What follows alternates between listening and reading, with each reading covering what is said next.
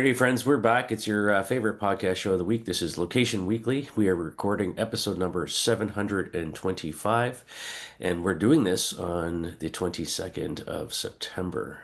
My good friend, the former originator of this podcast, co-host with me, Rob Woodbridge is here. How are you, sir?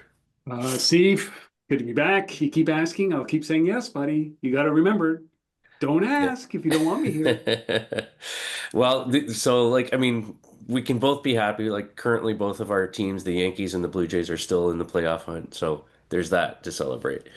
There is, and preseason hockey has started, and the Leafs beat up on my Senators yesterday in a preseason game. It's the best time to be a sports fan. You got I don't follow the NFL, but you got the NFL, you got MLB playoffs, and then you got Yeah, the hockey season started. Oh my God, it's crazy. And then yeah, we're leading into this like next year's an Olympic year, man. I cannot wait. yeah. It's gonna be great. Yeah. Before we jump into our stories for today, I do want to do a quick little reminder about our conference that's coming up on November 10th and 11th, the LBMA's Momentum Summit. It's our 15-year anniversary event, and Rob's company Trexity is one of the title sponsors of this event, so we're super excited about that. Lots of time to get involved. A ton of great speakers, but just go to momentumsummit.ca. You can learn all about it there and get your tickets. We'd love to see you. Have Okay. you tied in the World Series parade to that conference? Is it Is it? It it's could. I mean, it might. I think it'll be done. I think it'll it'll be be done done by then? Yeah. by November Well, 10th. Yeah. then Toronto has two massive events in November. Yes. Yes, the World Series parade and of course the conference. Yeah. There you go. There you Did I go. just jinx it? Yeah. We'll see. We'll Sorry, see. man. Sorry. I'm excited, but I'm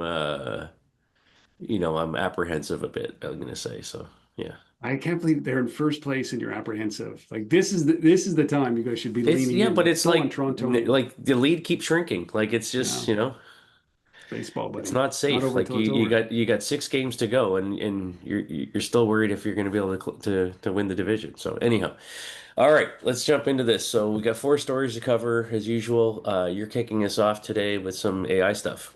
Yeah, I think that AI is everywhere, obviously, and in every story, and probably writing the stories that we're reading. We could be AI for all you know. That would be pretty amazing. We just put this on play and does it by itself. Although the personalities wouldn't be the same.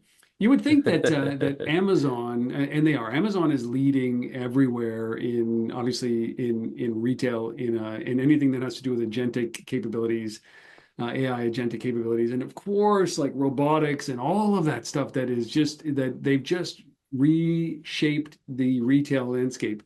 And so now they're doing the same thing, which is surprising that they haven't done this to date. But they have a seller assistant that they released about a year ago, and now they're upgrading that with some agentic AI capabilities.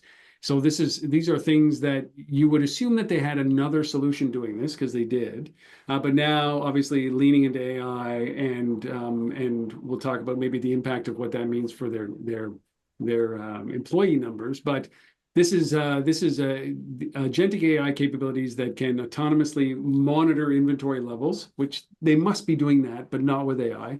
They can Right. analyze demand patterns, right? So this is really for those merchants that have bought into the distributed warehouses across Amazon for speedy delivery. They're identifying slow moving products before all their storage fees kick in, and then they're also going to recommend price markdowns, obviously for those slow moving products where they're optimizing for inventory control in these locations and getting them out of inventory so that you don't incur additional costs if you're a smaller organization. And then the other sides of the things that they're doing is they're looking at regulatory requirements like product safety violations. They're moving into understanding what and analyzing the customer service metrics, identifying compliance requirements across different markets. Like this is really getting into the nuts and bolts of what it means to operate not only in multiple cities, in multiple provinces or states, but also multiple countries, and making sure that your products are aligned properly without adding human resource challenges to it. And then it even goes beyond that. It's like you talk about personalized inventory plans. So where is the highest demand for your product going to be? And then making sure you have enough inventory in that warehouse, in that city, or wherever that might be. And then maybe even spotting additional product opportunities that you're not addressing at that moment. Like Amazon wrote the book on that side of things, identifying potential opportunities, putting products in market, and then capitalizing on it. So now maybe through their AI implementation, they're going to help other businesses do the same thing. This is I'm You only can look behind the scenes a little bit. I've read every book on Amazon that I can. You know Yeah. that they are very smart. Their software is very smart. Their business intelligence is off the charts, or they wouldn't be who they are. And so now they're just applying this agentic AI capabilities into this business bot. And my guess is it's going to eliminate a ton of lines of code and a ton of humans at some point. But very interesting that this is now penetrating it. I would say the one thing is that when does AI just become not a story anymore and it's just de facto, right? Like everybody assumes that AI is involved somewhere in the Yeah. process, but that's Amazon. Yeah, I mean, I mean, you've said it also well. Like, I think for me, it's, I just assumed this stuff was already there, right? Like, Yeah, me too. and happening, right? Huh? But it makes sense, and it's, it's the safety certifications pieces and those kinds of things I think are important. And just using AI to kind of do all of that in a faster, cheaper, more efficient way, I think makes a ton of sense. The It'd be interesting to see like what Shopify or Walmart Marketplace or others are doing, in a similar way. eBay or anything. Yeah. Um, yeah, eBay, yeah. Yeah, I don't know. Like I think it's the flip side for me is like do some sellers, want to have more transparency in are reluctant to see AI take over that, have more control, over what's happening with their products and approval processes and audit logs and those kinds of things. I don't know. Right? Because once you go down this road, there's really no coming back. You cannot. Well, So, and even with the implementation on their creative side for prompt-based ads based on all this data as well. Like so you're really giving in to the giant when you yeah, do all of these things. And I think of I think of the implication of that for your business, right? And understanding. But then I also think, does this on the flip side allow smaller orgs or like retailers or merchants to be smaller in general? Like mm, if the promise of this means that you don't have to hire this, does that mean right. you're going to give them your margin, a little bit of your margin, but does that mean you can grow faster and expand your market and earn more? Like I think of Shopify versus Cafe Press, like Cafe Press, like a Yep, long time ago, where they did all of the inventory management, all the printing on everything. So Cafe Press is a place where you can get logoed shirts done on demand. So they take right. 50% of your margin, but you don't have to handle printing, inventory, shipping, or returns. And that's a fair exchange. And so I wonder what that exchange is for Amazon and this tool from a retailer standpoint. It may be very appealing for people to just Yeah, offload all of this stuff. And it's a then good point. it's buy-in deeper hooks from Amazon into those merchants. So the more and faster they do this and convert, the less opportunity there is for Shopify or any of the other marketplace apps or companies to come in and steal them because you're embedded, right? Like that's the big piece here is just owning a little bit, Yeah, a few more hooks into them. I mean, it's Amazon. it's Amazon. They just do good stuff, man. Yeah, They're just good at those processes and data. And yeah, I don't know. yeah, they have a distinct advantage. Yeah. All right, let's jump to the car world and The Carvana. shack? Carvana has launched a new marketing campaign with Shaquille O'Neal, and they're temporarily rebranding the company as Shaqvana. There's a 30-second ad spot running on broadcast, streaming, and digital channels, and a microsite at shaqvana.com. They've created all these curated vehicle selections with what they're calling a Shaq filter experience. Customers can search for cars that match Shaq's preferences. So like, roomy interiors, modern tech, things like that. And then they have this AI Shaq bot as well, which ties in his voice and some Shaq approved response logic. So this includes voice recordings and the use of Shaq's responses for the persona for customer assistance.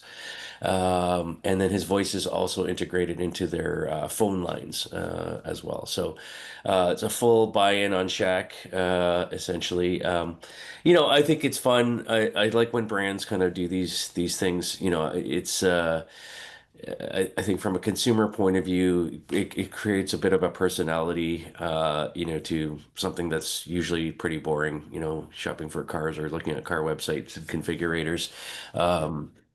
So I think that's interesting. I don't know, like if the only thing I would say is like, is Shaq still relevant today? Like I to was about to ask, man. He retired today's in people, right? So. 2011. But I think most of us, or you and I at least, in like our generation, we all know him. So I think there's some fun there. I like the Shackbot customer assistance piece. I think that's cool. Like it's how many times are we on hold on a customer service call, and you just get the stupid music and whatever, as opposed to something entertaining and interesting. Like it's not that hard to do. Um, so I like that. I assume, I know there's the ad spot running. I assumed I didn't dig deep enough into it, that there's a whole bunch of social media components around this to amplify this campaign. Um, but yeah, I think it's fun. I think it's you'll see more. If it's successful, I can see other brands, using celebrity endorsements in this way. There, I wonder, so I'll put my ground level hat on for a second. I Mhm. wonder if there's any data that informed like Shaq is a good fit He's the for us. guy. Yeah. He's the guy. So like we're doing an experimental project right now with our foot traffic analytics data at ground level, where we're working with some music labels and artists, where we're following these bands on tour, and we're following to see the fans who go to these concerts, what brands do they like to spend time at? Like, do they prefer Burger King over McDonald's? Do they prefer, to go here and there? And in a way to give the label and the artist like data to Hmm. potentially allow them to go and do a direct sponsorship deal with Burger King or whoever, because we're able to say there's data that says your fans like Burger King, right? Or, those kinds of things, right? So I wonder if there's like data at all behind these types of partnerships, or, somebody just like Shaq in the leadership over there.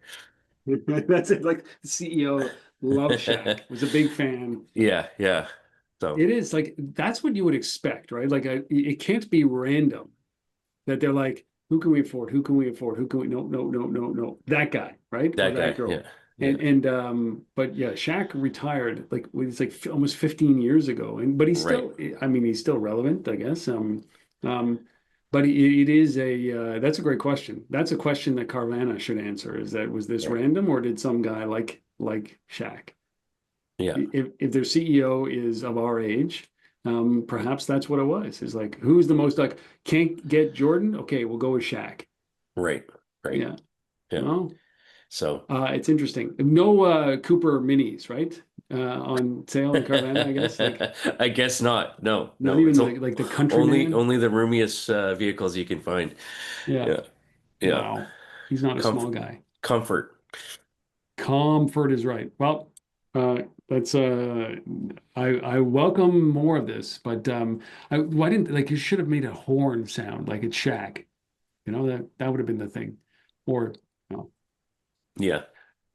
All right, All right. let's talk about Active Campaign and Square Loyalty. Man, the more like Square to me is like a slow boil, right? Like I know it's a huge company now, but like we're in Canada, so not many companies use like it's a Moneris country basically, and then so Square is there, Shopify Pay is here, and so uh, like I love using Square. I love using Shopify Pay as well because it keeps and more of that is online because it keeps all my data in that one spot, right? And then I love the fact that with Square, it's ubiquitous, right? It goes across the country, around the world. And so everything that I buy can lend itself to a loyalty play or some kind of incentive. And I mean, I think that it's very smart, but it's like the slow boil, right? Like it's taken what Square 15, 20 years to get here. But I love these companies that bring this all together. And that's what Active Campaign is doing. They've launched a Square loyalty integration. So it automatically syncs customer loyalty activity from Square directly into their marketing platform. So Active Campaign is exactly what it sounds like. It's a HubSpot competitor. These guys are like Klaviyo as well. They probably compete with MailChimp. They're a CRM marketing tool that really lends towards integration, and that's what they've done here. So it integrates their loyalty right into their direct into their marketing platform, and it helps businesses track down check-ins, rewards, and repeat visitors and users or purchasers at scale. Like this is pretty something amazing. Like now, when you start to think about it, so what's so important about this? It's really about the franchise or multi-location retailers and restaurants, Yeah. all those guys, because Yep.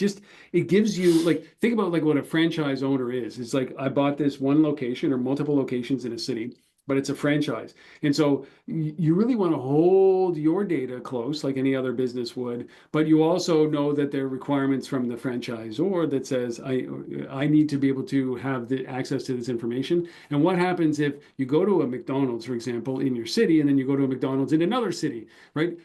Is that data talking to each other? Well, here's a perfect example of how that data can be brought into one interface that allows you to offer broad loyalty and benefits, and then hyper specific to the location loyalty and benefits. So I do love this this play.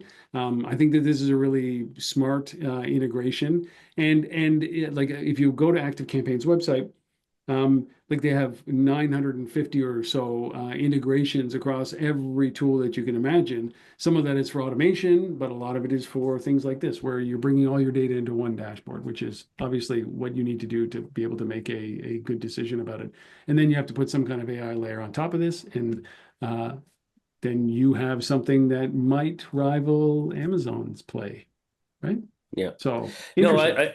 I think for multi-location brands like those franchise chains you talked about, like this is amazing. Like it's at the end of the day, most of these guys, if they have a loyalty program, it's not necessarily, you know, ubiquitous and tied across, their operations from the purchase data side to what's going on here. So I think it's having a unified view of purchases and loyalty together makes a ton of sense. And you see like I've seen tons of examples where that's not happening in these businesses today.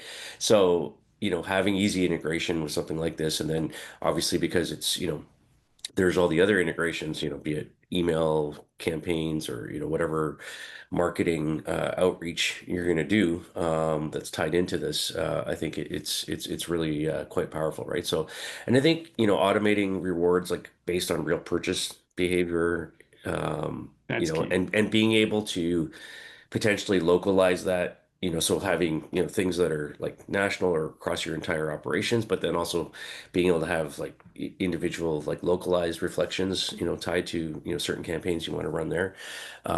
When you have all the data unified like this, I think it makes a ton of sense. So I really like this. I think it's a powerful integration. And it's funny when you were talking about Square as the slow boil, I'm like, yeah, maybe that's the ride we're on at ground level too. Maybe it's 20 years before we're successful. Well, you know that every overnight success takes 20 years to build, right? Oh my gosh. I mean, Shopify here, because it was an Ottawa-based company. And Yeah. I mean, that's a 10-year boil, Yeah. right? Being funded by Toby's father-in-law, right? Right. And out of his basement. And so like, and then it took 10 years for everybody, and being rejected by every VC and investor on the planet. And then all of a sudden now they're Canada's most valuable company. So like 10 years, the Yeah. 10-year boil, slow boil. But I do like this active campaign, and I think that this has to set the bar for every other organization, and it really is. You can't rest on your laurels, especially in this time with this kind of open data flow, we'll say, and then also that layer of AI on top that just makes everybody's business today obsolete, and you have to be reinventing your business every single day. It's a frightening but exciting time. Oh, There you yep. go. All right. One more story to cover. We're going to talk about our old friends at Rockbot. Do you remember Garrett, Rob, Yes, I at the do. I conferences? do. Yeah. Yeah. So these guys are still at it. They're doing really well. I actually had a conversation with him, I don't know, a month ago or so. But they're doing great. And now they've announced just a new integration with Amazon on their signage platform. So what they're really trying to do is go after the small business retail media network market. So, everybody and their brothers building a media network right now, especially all the big retail chains from Walmart and Walgreens, to some of the restaurant chains and so on. But for small businesses, it's not something that's been easy to do per se. And so Amazon has this thing called the Amazon Signage Stick, which is basically a USB stick Like a fire with stick. like a Yeah. Fire Stick with a media player built into it, that can run your content on these screens. And they sell for $100 US basically. And now Rockbot has, integrated their software into that. So basically, for any digital signage, streaming TV for businesses, in-store promotions, targeted content you want to run, for basically $100, you can run your own network in there. I think it's brilliant. I think it makes a ton of sense. I mean, Rockbot's been around, for a long time. These guys started in, bars and restaurants and running content on their TVs in those environments. And so they know this business well. They've got thousands of customers out there, and to be able to do this with something that's so affordable for a small business like that and easy to set up with a signage stick. So you just like literally plug it in. It just auto launches the content management system, It and just and plays. and it just plays and away you go. So I love it. I think it's there's not a lot out there at this price point. I'm No sure way. others will try to get there, but it's a beautiful integration, and just congrats to Garrett and the team for pulling off that partnership. So That is remarkable. Yeah, what else would it compete with in that price? Like you yeah. can't. Yeah, I mean, I'm sure there's guys out there that are trying to run, tools like this, but you know, I think the reliability of a brand like Amazon and the experience that Rockbot brings to the table, on content delivery in this way, I think it's a beautiful integration. So, um, yeah, Congrats to Rockbot. That's amazing. They're not going to be at the conference, eh? I don't know. I did invite them, so we'll see. Yeah, yeah, Well, I love it. That's a good one. The two Amazon stories. They have like the two partnerships with Amazon. I definitely think that they are they're not like they're not only a company that is fully ensconced in all of this stuff, but I just think that they're doing things very smart, and these kind of partnerships. Like on one side, you could look at it as they are, yeah, innovating, and they are testing markets, and the other side of it is that they're looking for ways to do R&D into where areas they should be in, right? So that's always yeah. the fine edge you walk with Amazon as a partner. But I love these smaller businesses that are stepping up and doing these things with Amazon. There you go. All right. Well, that's our four stories for this week. We appreciate your time for listening and watching. Again, it's been episode number 725. We appreciate you. If you have story ideas, reach out to us. If we've talked about your company today and we got it wrong or you want to add something, please reach out to us and let us know. We're always happy to hear from the companies we talk about. And we'll be back, of course, next week with another show. In the meantime, don't forget to go to momentumsummit.ca for the big conference that we're running in November on the 10th and 11th. We would love to see you all there. So thanks very much, guys. Thanks, Rob. Appreciate it. Yeah, no problem. See you next All time. right. If you Bye. ask me again. Of course, always, always.